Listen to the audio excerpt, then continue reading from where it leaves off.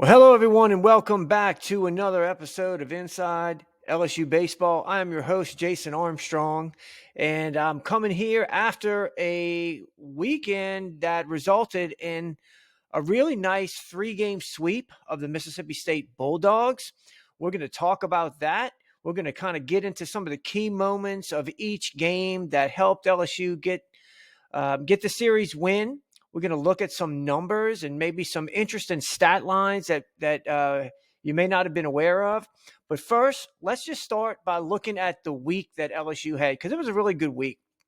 Anytime you can go undefeated, playing Division I opponents, that's something to be proud of. And LSU had a 4-0 week. They get the midweek win over Louisiana Lafayette. Followed by the three-game sweep of Mississippi State, which runs the record to 26-3 on the year. It's actually the best start through 29 games since 2013. LSU 7-2 now in SEC play after three series, and again, that's the best conference mark. Which this surprised me because I figured the 2023 team started a little hotter, but I think I remember them losing one game of each series. They as the season started. But anyway, that's the best start since 2013 as well. So Tigers off to a really good start. Really good start. They host Louisiana Tech this coming Tuesday night. And then they hit the road for 7 straight games. They've got the 3-game set with Oklahoma. They go to Nichols, and then it's back on the road to Auburn. So going to be a tough stretch for LSU. Now, let's look at some of the numbers and where this LSU team is statistically. D1 released their rankings today, and LSU, I want to say, is up one spot. They were 8. They're up to 7 right now in the country. Now, they're the number one. LSU's the number one team. Now, I'm not talking about an SEC play, but when you compare them against all the other SEC teams, LSU is number one in batting average at 338. And against the entire nation, the whole country, they've got the third highest batting average. So this is a good offense that can hit. They lead the league in all the other SEC teams. They lead the SEC in 71 doubles, and that's actually good for 5th nationally as well. So great to know that on bigger fields, on windy conditions, that the Tigers can do it without needing the home run. LSU's number 2 in the SEC and number 3 in the nation in on-base percentage. Very important statistic. Just means you're getting on base. As far as the pitching goes, pitching staff's number 4 in the SEC in strikeouts. I mean, last year they led, I think, the country in strikeouts. Number 4 in the league in opponent batting average, 216. So teams are only batting 216 against LSU pitching. And LSU's 5th in the nation in strikeouts per innings pitched at 12.2. So let's look at the weekend. Weekend result, again, it was good. And for a team that's not really known for the long ball, LSU hit a number of key home runs. They got a couple of gems out of the bullpen from 2 of their stud relievers. They really showed some mental toughness, getting out to a huge lead in the first inning of Game 3, a game that started 3.5 hours behind schedule and ended, into Sunday morning. So it's really good weekend. A lot of different things were on display. I mentioned the 7-2 start. LSU at this time last year was actually 2-7 and had actually been run ruled 2 times. So out of their 7 losses, 2 of them were 10-run rule, just not good. So let's take a look at the 3-game series with Mississippi State, and I'm just going to key in on some of the big moments of the games and just kind of some of the storylines. So Thursday night, LSU got down early, and they roared back from a 6-2 deficit with a 5-run 5th inning. They wound up taking the lead and held on for an 8-6 win, and just showed a lot of guts, because I spoke about this in the preview. Halfway through that game, I'm thinking, oh my goodness, LSU could drop this game right now. They're down 6-2 late in the game. And we got to face Pico Con tomorrow night. That's coming off of 2 SEC losses in a row against Texas. Things were looking hairy. I was a little nervous, to say the least. So this game one win that they squeaked out actually dropped Mississippi State to 16-10 overall and 1-6 in conference play. This was the first rough start for Cade Anderson. Every other start, Cade Anderson has just been electric. I mean, he's not really faced a ton of it. He's given up some home runs, but been very solid. But the offense really picked him up. So when Cade needed the offense to pick him up, they did it. The game featured 6 home runs. You had 3 by both teams, so it was a lot of home runs hit. Dickinson's dinger, which was the 7th of the year, really changed this game, and I'll get into this. Milam hit his 6th homer of the year to give LSU the lead, and I think Derek Curiel actually did hit a home run early in the game. That was his 3rd of the year. So you had 3 home runs hit by LSU. Right-hander Zach Collin was brilliant. I mean, over the final 4 innings, he just shut down Mississippi State. So we've seen him now shut down Texas, shut down a good hitting Mississippi State team. He earned his 3rd save of the season. He didn't walk anybody, got 7 strikeouts through 59 pitches. So was able to extend, and we'll talk more about these relievers. Just really incredible. Huge moment of the game, though, as I look at the way this game shaped up. So Mississippi State is up 6-2. It's the bottom of the 5th. Curiel leads off the inning, and he was in a 2-2 count. If right there he gets out, maybe this big inning doesn't happen. But he's such a mature hitter. He works a leadoff walk. Jared Jones comes up, and he draws a walk. And in that walk, he laid off of 2 breaking balls that the pitcher just wasn't going to give him anything to hit, and he showed a lot of discipline. So you got 2 on, and then Danny Dickinson hits a 3-run home run on a 96-mile-per-hour fastball.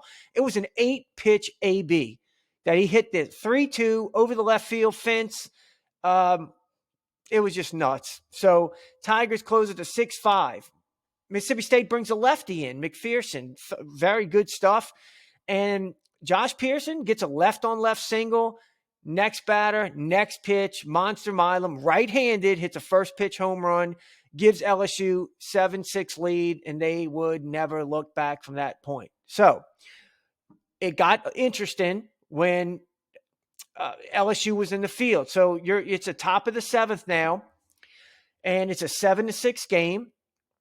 The leadoff batter, Ace Reese, who has just been great for Mississippi State, and he was great all weekend. Just a scary hitter. Wound up homering early in the game, as a matter of fact, to give State an early lead. He gets a first pitch leadoff single. So the next batter, Noah Sullivan, works a 3-2 count, and Zach Collin forces a ground out, but that was a big pitch because you get the leadoff runner gets on, then you've got a very rare full count, and Collin gets a ground out right there on a changeup. Good job of pitching right there. Now, runner on first, 1 out, and this was a huge point in the game because Hunter Hines is up. And Hunter Hines had just ripped a changeup foul over the fence by about a foot. Zach Collin comes back 3-2 and gets Hunter Hines to go down swinging on a changeup. Monumental right there, because even if he just walks, they've got 2 runners on now. So just a huge strikeout. Next batter, he gets Aaron Downs to pop up. So LSU's out the inning. Now, top of the 8th, Collin goes back out again, and LSU still only up by 1 run. Collin throws 10 pitches. Only one of the pitches was a ball. That sounds wrong even saying it. He threw one ball in the 8th inning. He got 3 strikeouts, all swinging. More impressive than the 3 strikeouts was the way that he got him.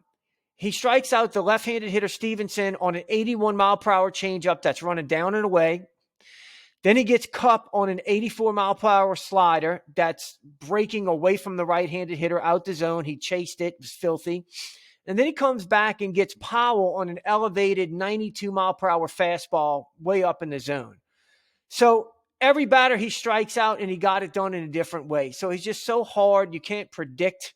He just keeps you guessing, and that's what makes a good pitcher. So, he just does the trick. And once Cowan comes in the game, it's pretty much lights out. And that's what he did. So he closes out the game. They get the 8-6 to win.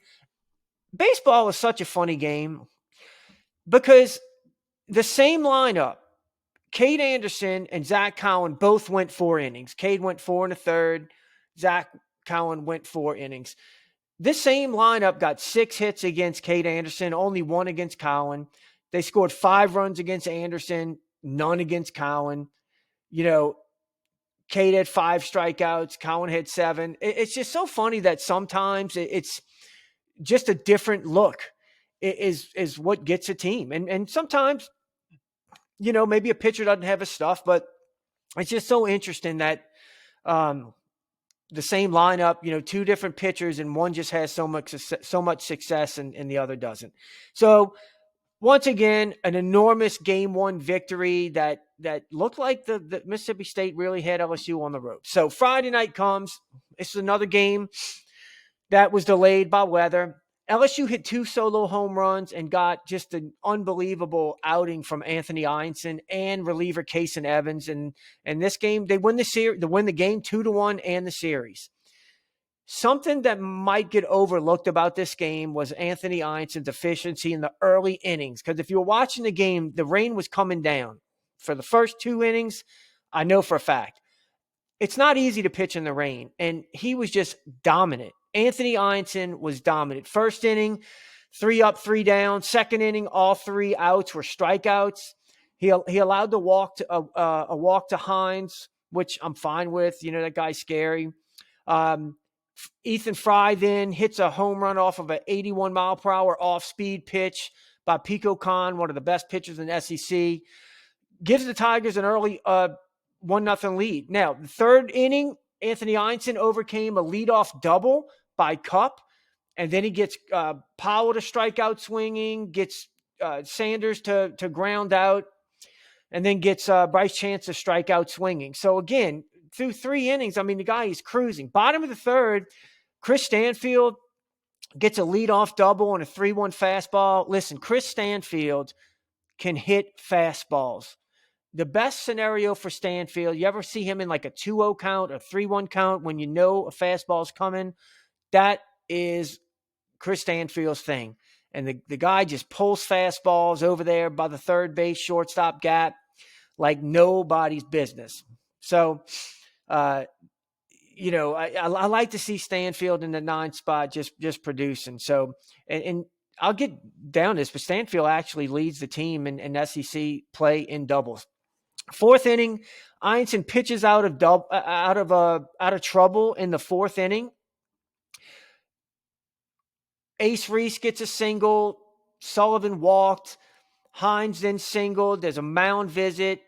And this is where you had the cross up, where at this point, they have the bases loaded, and it's a 2-0 count. And Einson and Hernandez were crossed up. It was called a strike, but it was a pass ball, wild pitch, however you want to call it. But the game's tied 1-1. Next batter, this was really a great play because Einson gets Stallman to strike out swinging on just a totally ridiculous, nasty, tight. I don't know if it's a split finger. That's what it looked like to me. And the ball got away from Hernandez. And the play that he made to go get the ball and throw the runner out at first was special. Really special play. He then gets Einstein, then gets Stevenson, I believe it was. No, it's not Stevenson. Stevens the strikeout on a 3-2 curveball after he had really laid off about 3 off-speed pitches. Einstein comes back from a 3-1 count, gets him the strikeout, and then the next batter with runners everywhere, and Dylan Cupp gets the pitch violation with the 1-2 count, which I honestly felt good about Einstein right there, but still huge break for LSU. So you escape right there. It's a 1-1 game. So you're in a 1-1 game. And then let's see here. Later in the game, he starts attacking a little bit different in that he starts where early in the game, it was like a lot of using the breaking ball for the out pitch. He almost started going to the fastball later in counts. And I thought it was really impressive because it kept Mississippi State off balance. It just showed a seasoned pitcher. Einstein was just very good. There were 2 defensive plays that might fly under the radar that I thought were real difference makers. And this was in the 6th inning. I was actually surprised in the 6th inning when Einstein went out to face Hines. He was at 99 pitches. He walked Hines. Then Evans came in. The first batter sack bunted. So you've got a runner on second, 1 out. He then strikes out Stevens on a 86 mile per hour changeup that nobody in the world is hitting. Like nobody. Dylan Cupp got a single, and then they had a pinch hitter. I think it's Fry's name, the way you pronounce it, and he hit into a fielder's choice. So Evans gets out the inning. But the 2 defensive plays were there was a slow roller that Braswell threw to first, and Jared Jones kind of scooped it, blocked it. That runner would have scored if that doesn't happen right there. And then that last out of the inning that Evans got, the play that Danny Dickinson made, it was a grounder up the middle that he kind of just glove flipped to second base where Milam was waiting for it. Elite play, just an elite play. So it's the 8th inning now. After a 4-pitch walk, Kason Evans strikes out Hunter Hines on a 3-2 backdoor slider that Hines just swung at and missed. And I mean, just a nasty pitch. The way that Kason Evans was able just to throw, so many different pitches for strikes was just so impressive. So impressive. State loaded the bases with 2 outs. Evans got Highfield to strike out on a slider. And then, so he gets out of that inning. 9th inning got interesting after 2 quick outs. Reese hit a first pitch changeup that missed a home run by about a foot. Evans didn't walk him. So I didn't hate walking Ace Reese because he had shown like this is the guy that can really hurt you. Okay. I didn't want to pitch to him.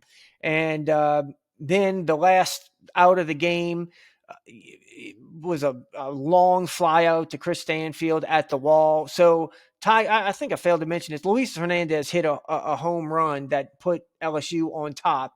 How could I leave that out? So that's what gave LSU ultimately the 2 home runs, one by Ethan Fry, one by Luis Hernandez, and then just a masterful performance by the 2 pitchers. Anderson goes 5. Einstein, goes 5 innings, gives up 0 earned runs, 12 strikeouts, and then Kason Evans goes 4 innings, 6 strikeouts, 2 hits, no runs. So do y'all remember last weekend or the week when everybody was wondering if Einstein should be in this rotation? I mean, I want to read you this. Listen to this comparison. Through 7 starts, Cade Anderson has a 3.52 ERA. He's 66% of his pitches have been strikes. Anthony Einstein, through 7 starts, 3.89 ERA, 67% of his pitches are strikes. Cade Anderson has thrown 38 1/3 innings, given up 31 hits, Anthony Ianson, 37 innings, 32 hits. Cade Anderson, 10 walks, 61 strikeouts. Anthony Ianson, 11 walks, 58 strikeouts. Anderson's given up 8 home runs. Ianson's only given up 1. And teams are batting .221 against Anderson and .227 against Ianson. I mean, if you just listen to those stats, I mean, they're very, very similar. I mean, very similar. And so to think that, everybody considers Cade Anderson one of the best pitchers in the country, Ianson deserves just a lot more respect. And we're going to need him going forward. But it was a well-pitched game on both sides. I mean, anytime you get a 2-1 game, Pico Khan pitched very well, 5 innings, 2 earned runs. And then Stone Simmons came in relief and threw well for 3 innings, no runs. So well-pitched game. Cowan and Evans over the first 2 games combined for 8 innings, only 3 hits, 0 runs, 3 walks, and 13 strikeouts.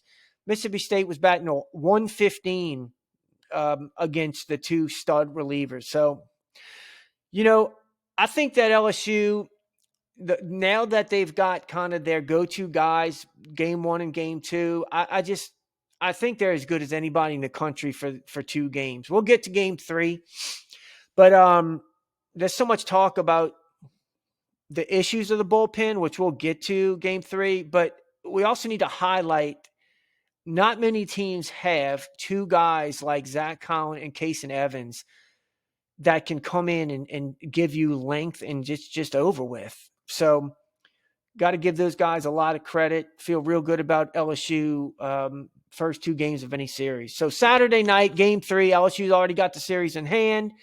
And first baseman Jared Jones went nuts. He highlighted an 8-run first inning with a home run to center field. It was a 2-run home run. He also had an RBI single.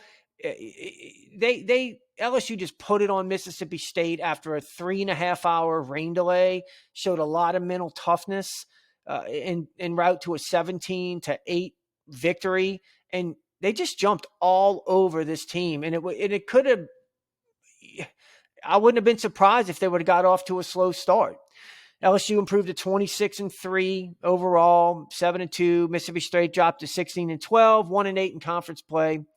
But this is a game that ended at 1:44 in the morning, 2:44 my time. I'm here in Knoxville. But LSU finished the game with 19 hits. Jones, Stanfield, Luis Hernandez, and Danny Dickinson all had 3 hits apiece. That's not something you see often. So, I mean, everybody got involved in the game. And the offense was just Mississippi State tried to call back. They made this game very interesting. After getting down 8-0, it got scary for a while. It really did. I mean, they kept cutting into the lead. And I guess the story of the game, or what everybody's going to talk about, is the bullpen or the lack thereof. But let's talk about Chase Shores first, because coming into the weekend, Chase Shores, people are watching this outing very closely, wondering, can Chase Shores stay in the rotation? And Shores worked the first 4 innings, allowing 4 runs, 5 hits, 2 walks, 5 strikeouts. And I think maybe watching it seemed like a rougher outing than once you take a step back and kind of get into the numbers. I think he was actually better than maybe it seemed while you were watching the game. But in the first inning, he goes out. It's a 12-pitch inning. He gets 2 strikeouts looking on 98-mile-an-hour fastballs, the best we've seen him. And then LSU goes out there, scores 8 runs, and leaves Chase Shores in the dugout forever. So that can affect the pitcher. Second inning, he gets a strikeout. He gives up a homer to Hunter Hines, opposite field on a fastball away. Nothing you can do about that. Then he gives up an 0-2 single, a 1-2 single. He hits a guy on a 3-0 count. And then he gets 0-2 to, I think it was Dylan Cupp. Yeah, the shortstop. He gets him 0-2, and he caught too much of the plate. And the guy cleared the bases. So it goes from 8-0 to 8-4. But he responded nicely. He gets the next two guys to ground out. And, so minimizing the damage, it's 8-4. The third and the fourth inning for Shores were pretty solid. He had a walk in each inning, and then the single that hit him in the face, which was just a comebacker to the mound. But that was it. He had a scoreless third and fourth inning. So after the double in the second inning to Kupp, he faced 11 batters. He walked two, one infield single, and that was it. I mean, he had a couple strikeouts. He retired 8 of the final 11, and he finished with 61% strikes. So that's getting better. I think it's important that we temper expectations for our Game 3 starter, though. We all want Chase Shores to go out there, and because, the problems we've had with the bullpen, with anybody else but Cowan and Evans, we almost put it on Shores to go out there and get deep in the games. But I mean, I mentioned this, that Shores went 4 innings, and he's so close. I mean, if he can get to 5 innings, I think we're going to win a lot of series. But if you look around the SEC, here are the Sunday Game 3 starters. All right, some games started on. Some teams played their Game 3 on Friday because of doubleheader, whatever. But the Game 3 starters on the winning teams in the SEC, I mean, you had Tennessee's Coons go 4 innings, give up 6 hits. Kentucky's Cleaver, 5 2/3, gave up 3 hits. Arkansas's Beetleshees, 5 innings, 6 hits. Alabama's Finateri went 4 innings, 4 hits. Georgia's Finley goes 3 innings, 4 hits. Florida's Philpott, 4 innings, 8 hits. Now, Texas's Rojas went 7 innings against Missouri, only 2. But you're hearing a lot of 3 innings, 4 2/3, 4 innings, 5 2/3. Chase Shores is an inning away, in my opinion. If he can get you into the 6th inning, maybe allowing 3 runs, you'll take that any day.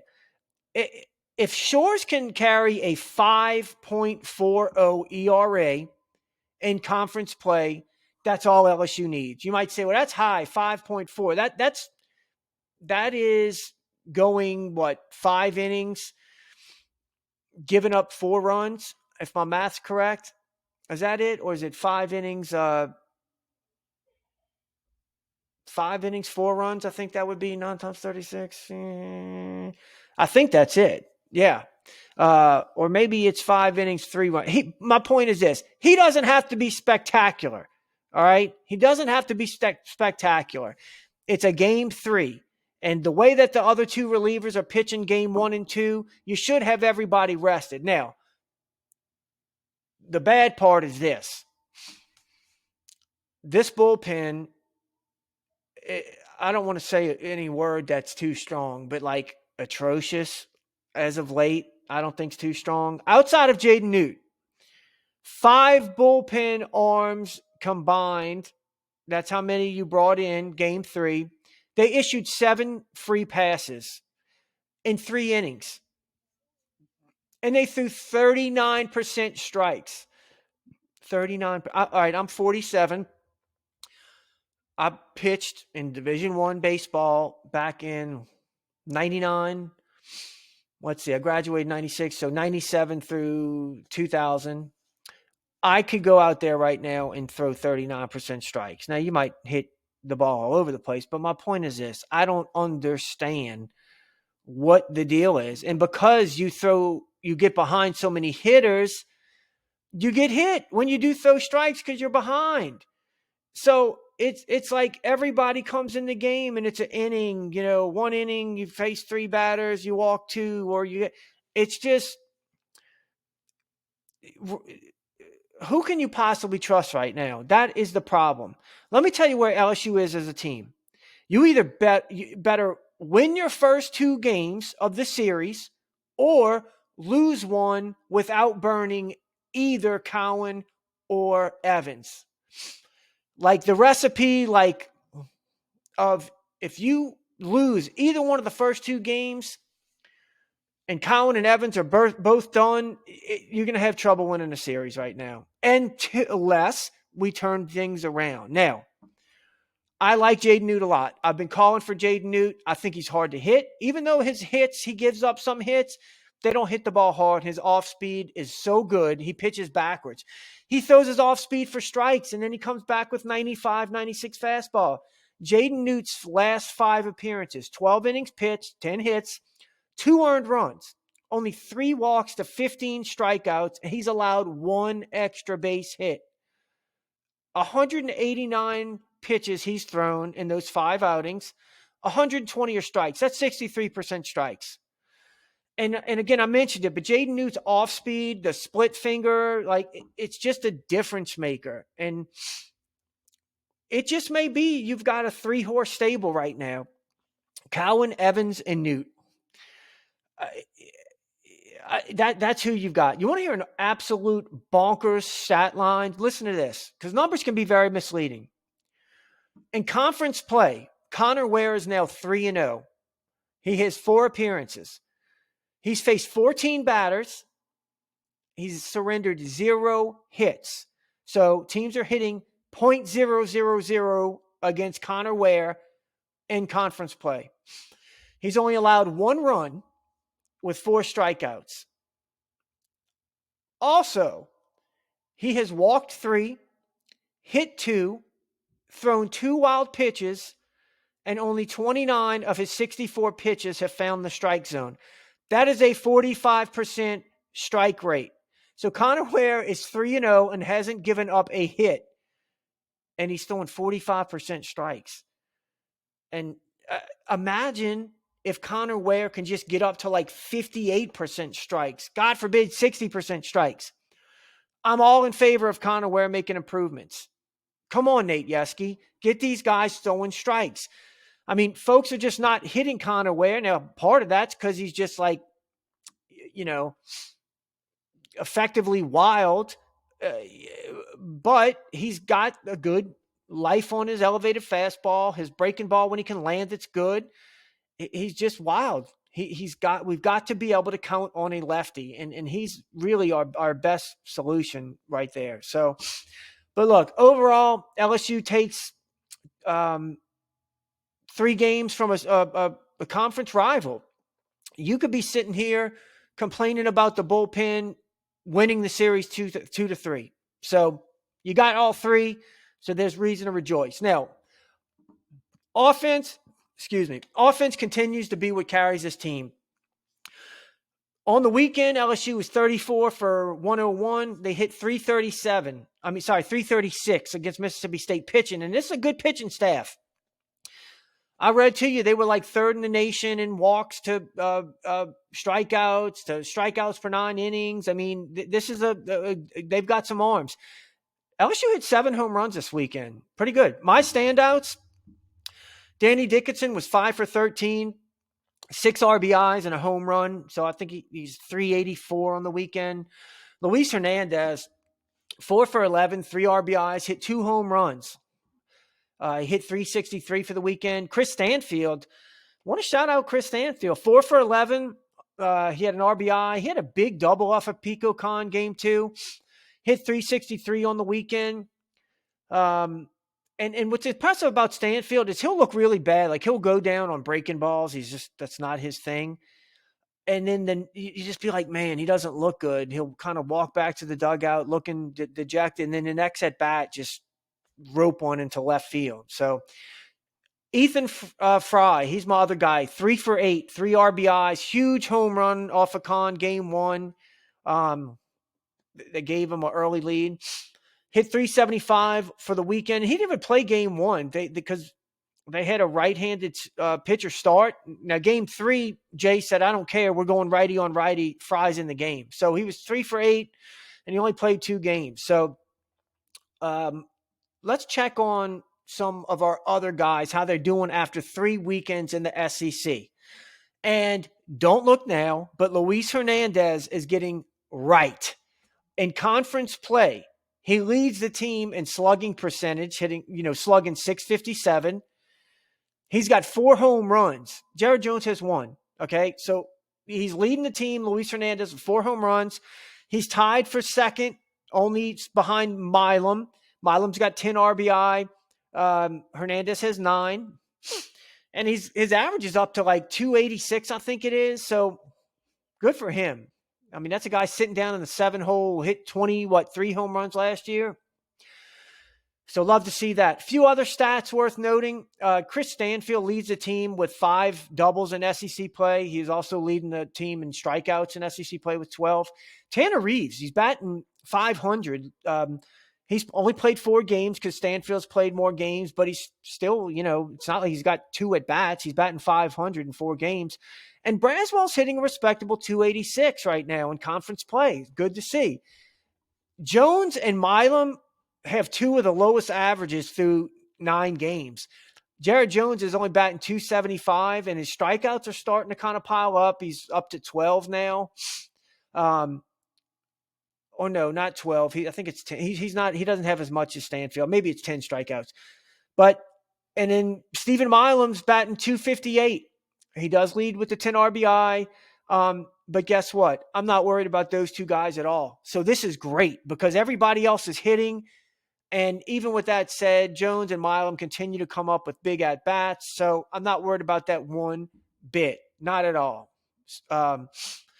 This lineup's just ferocious. If you go through and just look at the averages, I don't know that any other team in the country has this many guys hitting for this much average, just top to bottom.